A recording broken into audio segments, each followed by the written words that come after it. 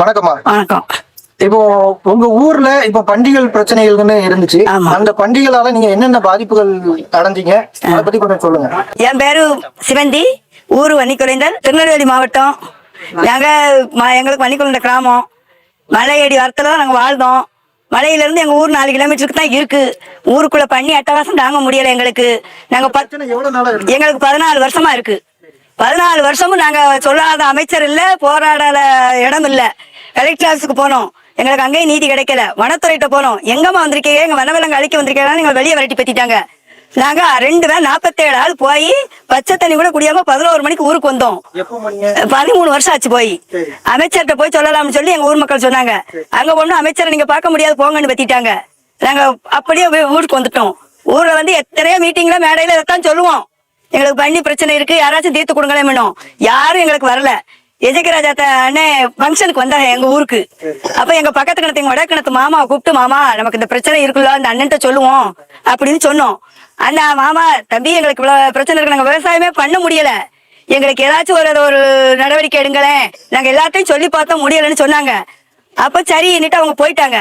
போய் 3 நாள் கழிச்சு எங்க தம்பி சுப்பிரமணி சேராஜ் கூப்பிட்டு, தம்பி உங்க ஊர்ல இப்படி பிரச்சனையாமல உங்களுக்கு தெரியுமா? நாங்க ஆமா, எங்க ஊர்ல எங்க சொந்த எங்க கிணத்துகள்லாம் ரொம்ப பிரச்சனை தான் அண்ணன், என்ன செய்யணும் அவங்க சொன்னாங்க. அவங்க மூலியமா எங்களை வர சொன்னாங்க. நாங்க போய் அண்ணனை பார்த்தோம், அமைச்சருக்கு தெரியப்படுத்தினாங்க. ஆனா அண்ணன் எங்க ஊருக்கு வந்து 5:30 மணி, கரெக்டா 5:30 மணிக்கு வந்து 7 மணி வரைக்கும் எங்க இடத்த பூரா நிஜமா போயான்னு சுத்தி பார்த்தாங்க. நேரடியா பார்வையிட்டுட்டு வம்பா பேர்வேக நாங்க இதுக்கு நடவடிக்கை எடுக்கணும்னு சொல்லி எங்க ஊர்ல வச்சு பேசினாங்க. அந்த ஆண்டவனுக்கு கேட்டுச்சா இல்லையா, முதலமைச்சருக்கு கேட்டிருக்கு நாங்க வச்ச கோரிக்கை. அந்த அண்ணன் எங்களுக்கு அது அவ்வளவு உறுதுணையா இருந்து பேசினாங்க. பேசி நாங்க உடனே அமைச்சர் எங்களை வர சொன்னாங்க சங்கரன் கோயிலுக்கு. அப்ப எசக்கராஜ் அண்ணன், அம்மா நீங்க அங்க போங்க, நீங்க விவசாயிகளும் போங்க. நாங்க போனோம். சங்கரன் கோயில வச்சு எம்எல்ஏ ராஜா, உங்களுக்கு 2 மாசத்துல இந்த பண்ணி பிரச்சனை நாங்க இல்லாம ஆக்கி தரோம், எங்களை நம்புங்க அப்படின்னு சொன்னாங்க. நாங்க அந்த நம்பிக்கையோட வந்தோம். ஆனா இப்ப எங்களுக்கு அதை அறிவிச்சிருக்காங்கன்னு சொல்லுதாங்க. ஆனா இன்னும் எந்த பணியும் சுடவும் இல்ல, எந்த வேலையும் போடவும் இல்ல. அத உடனடியா எங்களுக்கு அந்த நடைமுறைக்கு வரணும். ஆமா, எங்களுக்கு யார்கிட்டையும் சொல்லி எங்களுக்கு எதிர்க்கிறாங்க, நாங்க உறுதுணையா இருப்போம், நாங்க அவருக்கு தான் ஓட்டு போடுவோம். ஆமா. இப்போ வந்து இந்த தகவல்கள் மூலியமா நீங்க பல அமைப்புகளை பார்க்க, யார் யாரெல்லாம் முன்னாடி அதிமுக திமுக இருந்திருக்கு, 2 கட்சிகள்ட்டுமே சொன்னீங்களா, இல்ல லோக்கல் அமைப்புகள் பஞ்சாயத்து இதெல்லாம் சொல்லி பாத்தீங்களா? பஞ்சாயத்து இந்த ஐக்கிரின்னு சொல்லி மீட்டிங் நடத்தினாங்க, கிராம சேவை கூட்டம் நடத்தினாங்க, அதுகள்ல சொன்னோம். அதுக்கு அங்கிட்டு ராஜலட்சுமி அம்மா எம்எல்ஏ இருந்தாங்க, அங்க போனோம்னு சொன்னோம். அம்மா சென்னை போயிட்டாங்க, இப்போ பார்க்க முடியாதுன்னு சொல்லிட்டாங்க. அதுக்கப்புறம் நாங்க எந்த அமைச்சரையும் பாக்கல, யாருக்கிட்ட போய் சொல்லனே எங்களுக்கு தெரியலையே, நாங்க யார்கிட்ட போய் சொல்ல. நாங்க அதையெல்லாம் சொன்னாலும் யாரும் எங்களை கேட்பாங்களா? யாரும் கேட்காத மாதிரி இல்ல, நாங்க சொல்லி கேட்கவும் இல்ல. அறிவிப்பு வெளியிட்டதுல உங்களுக்கு எந்த அளவுக்கு சந்தோஷம்? ரொம்ப சந்தோஷம். எங்களுக்கு ஒரு 25 கிராமத்துக்கு சந்தோஷம். ஆமா, அடக்கலாபுரத்துல இருந்து, தேவரகுளத்துல இருந்து, பூவாச்செட்டி, வன்னிக்குறைந்தல், பேசியாபுரம், மர்காலங்குளம், பனவடலி, சுத்தப்பட்ட கிராமம். ஒரு மூச்சு சொல்லணும்னு ரொம்ப நேரம் ஆகும். அவ்வளவு ஒரு கிராமத்துக்கு சந்தோஷம். அண்ணா எல்லாத்தையும் ஓடி போய் பார்த்தோம், ஒரு பலனும் கிடைக்கல. பண்டிகை தொல்லை எங்களை தாங்க முடியல. அதுக்கு ஏதாவது ஒரு விடிவாளம் செய்யலாம்னு சொல்லி மக்கள் எல்லாம் கூடி அண்ணாச்சிக்கிட்ட கேட்டோம். உங்களுக்கு ஒரு நல்ல முடிவை நான் செஞ்சு கொடுக்கணும்னு சொன்னாங்க. அதுக்கு பிறகு எம்எல்ஏ ஐயாட்டையும் போய் பார்த்தோம். அதுக்கு ஒரு நல்ல முடிவு உங்களுக்கு கிடைக்குமா? கண்டிப்பா கிடைக்கும் அப்படின்னு சொன்னாங்க. இப்ப அதுக்கெல்லாம் ஓடி 20 வருஷமா ஆகுதுன்னு வைங்களேன். 20 வருஷமா பண்ணியே தான் விரட்டி பார்க்கும், இடம் பூரா சும்மா கிடக்கு.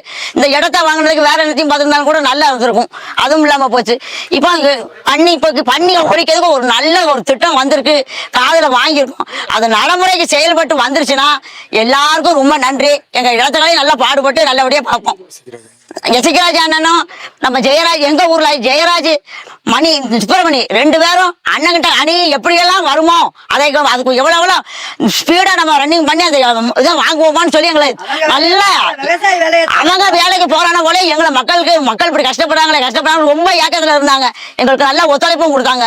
அவங்களுக்குள்ள கூப்பிடுற நேரம்லாம் நாங்களும் ஒன்னா போய் அண்ணாச்சியை பார்த்தோம், அண்ணாச்சிட்ட கேட்டோம். எங்களோட பும்மூர்ல அப்படியே முருகனவர்கிட்ட, அண்ணே நீ இதுக்கு செய்யுங்க, வழிமுறை செய்யுங்க. அதுக்கு ஒரு நல்ல வழியை எடுத்து காட்டிட்டாங்க. இந்த செயல்முறைக்கு வந்துடணும், செயல்பாட்டுக்கு இந்த சுடுக வார்த்தை நடைமுறையில காட்டிடணும். அதுதான் எங்களுக்கு மக்களுக்கு நாங்க அண்ணாச்சி எல்லாரும் நீங்க ஒழிச்சிடணும், பண்ணி தொல்லையே இருக்கக்கூடாதீங்க அப்படின்னு மருதுபாண்டியன். பேர் மருதுபாண்டியன், ஊர் வன்னிக்குறைந்தல், திருநெல்வேலி மாவட்டம்.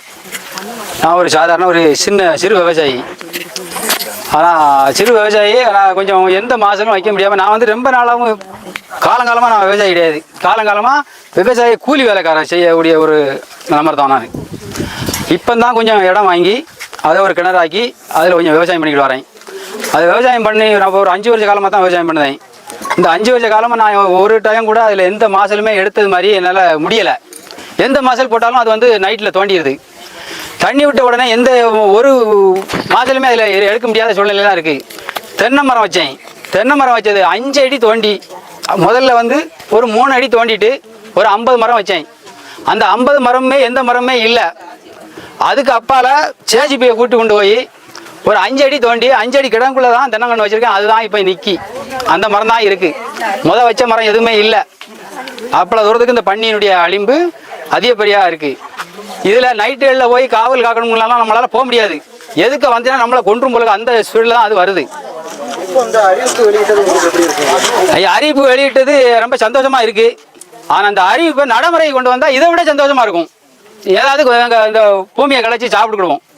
இதுதான் முன்னாடி நீங்க எவ்வளவு மனு கொடுத்துருக்கீங்க, அந்த திட்டம் நிறைவேறதுக்கு காரணம் என்னன்னு நினைக்கிறீங்க? ஐயா, இது வந்து நல்ல திட்டம். நான் வந்து ரொம்ப வந்து இப்போ காலம் முழுக்க வச்சேன் 2 முறை தான் இப்போ வந்து நாங்கள் இந்த கிராம சபை கூட்டி மீட்டிங்கில் ஒரு டைம் சொல்லியிருக்கோம்.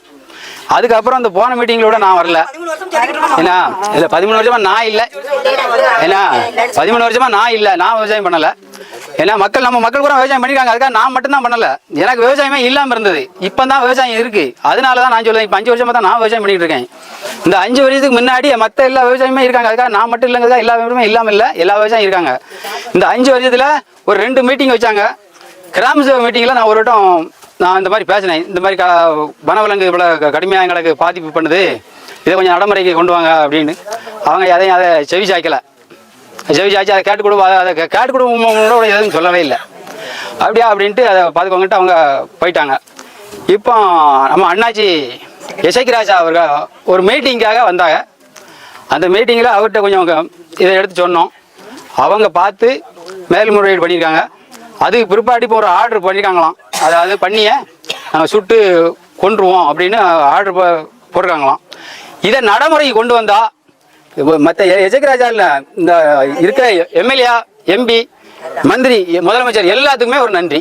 47 ஆள் போனோம். அப்போ வனத்தர கலெக்டர் சொன்னா நீங்க மாடை வேணா பசு மாட்டை வேணா உள்ள விடுங்கன்னாரு. வனத்தர எங்க விலங்குகள் வம்பப்போம் கிட்டே வந்துடக்கூடாதுன்ட்டாங்க. அப்ப இனி யாரை போய் பார்க்கட்டு 47 ஆள் பச்சை தண்ணி கூட குடிக்காம அப்படியே ஊருக்கு வந்தோம். அமைச்சரை போய் பார்க்கணும்னு சொன்னாங்க. அங்க போனோம்னா அமைச்சர்லாம் பார்க்க முடியாது, நீங்க இன்னொரு நாளைக்கு வாங்க, இன்னைக்கு அவங்க பார்க்க முடியாதுட்டாங்கன்ட்டாங்க. அந்த உடனே நாங்கள் விட்டுட்டோம். வேற நிறைய பேர் மீட்டிங் வச்சாங்க. அதுலயும் சொன்னோம், எப்படி எங்களுக்கு பண்ணி மோசம் பண்ணுது சார், என்ன செய்ய அது நாங்கள் என்ன முடியுங்க வேலையை ஓட்டுக்கோங்கன்ட்டாங்க. உங்கள்கிட்ட சொன்ன பிறதான் எங்களுக்கு ஒரு விடிய காலம் பிறந்திருக்கு. ஆமா, ஆனா நீங்க உங்க ஆண்டவரை கேட்டுச்சாலே நீங்க சொன்னது முதலமைச்சருக்கு கேட்டிருக்கு.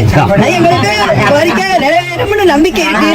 ஆனா எம்எல்ஏ ராஜாவுக்கும் நம்ம நன்றி சொல்லணும். ஏன்னா அவரும் என்ன பண்றோம்னா உடனே நம்ம எம்எல்ஏ அடிச்சு எனக்கு சொல்லியிருந்தோமா. ஆமா, அப்ப என்ன பண்ணிதாரு மரணம். ஆனா நாங்க ஒரு தெய்வம் கணக்கா எங்க மாமாவை கூப்பிட்டு அண்ணன் நீங்க ஃபங்க்ஷன் கொண்டு போகலாம், மாமா நம்ம அண்ணன்ட்ட சொல்லுவோம், அவங்க எதுவும் நமக்கு நல்லது செய்வாங்க அப்படின்னு சொன்னேன். நீங்க உடனே முதலமைச்சருக்கு தெரியப்படுது. எங்களை நீங்க பார்க்க வந்தீங்க. எங்க கிணறு 16 கிணறையும் சுத்தி பார்த்து 5:30 மணிக்கு பிறகு. ஆமா, 5:30 மணில இருந்து 7 மணி வரைக்கும் நீங்க சுத்தி பார்த்து ரொம்ப பெருமையோருக்கு நீங்க அதுக்கு பிறகுதான் உண்மையா நீங்க வெளியேப்படுத்துறீங்க. ஆனா இன்னமும் நீங்க எங்களுக்கு உதவி பண்ணணும். நாங்க உங்களுக்கு உறுதுணையா இருப்போம் எப்பவும்.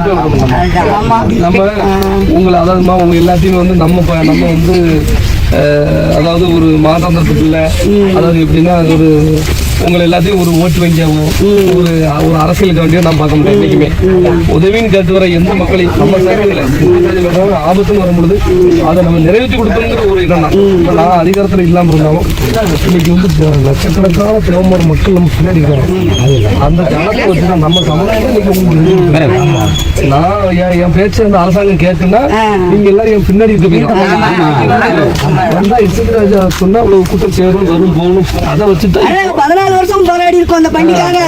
எங்க போடாத மேடையெல்லாம் இப்படி ஏதாவது ஒண்ணு செய்ய முடியாது. அது போல நம்ம கிட்ட நீங்க வந்துட்டா விட்டு கொடுக்க முடியல. எங்க இதில் வந்துடலாம். நீங்க சொல்றதை கேட்கும்.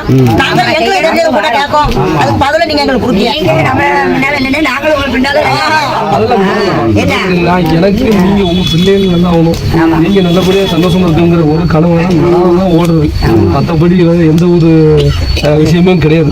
உங்களுக்கு தமிழ்நாடு பூரா இன்னைக்கு தேனி, கம்பம், ஆமாடு, கன்னியாகுமரி இன்னைக்கு இருக்கிற அத்தனை வந்து முக்குளத்தூர் நம்ம ஆளுக்கு இருக்க ஒரு ஊர் நம்ம கட்சி எதுக்கு இருக்குன்னா எதுக்கு ராஜா சொல்லிட்டு போகும்போது விட முடியாது. அந்த அம்மா வந்து அன்னைக்கு கரண்ட் கட்டுனா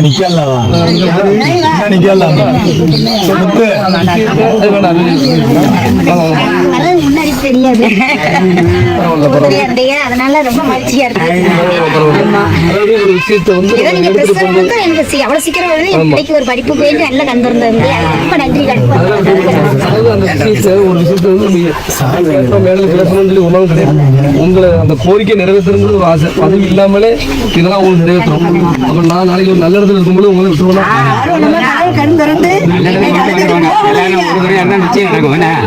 மீட்டிங் நடந்துச்சு. அப்ப நான் இந்த பெட்டிக்கு நான் தேவையில்லை. நீங்க எங்களை பத்தி விட்டீங்க, நீங்க போங்கம்மான்னு சொல்லி அந்த இடத்துல வச்சு எல்லாம் இது பண்ணுச்சு. இப்ப அதே மாதிரி அவங்களும் மேல இதாயிடக்கூடாது. அதாவது இப்ப நீங்க எதுவும் பிரச்சனை பண்ணிக்கணும்னா அர்ப்பணம் போடுறதுக்கு இதுக்கே போகணும்னா இனிமேல் அவங்க கேட்கறதுக்கு நம்ம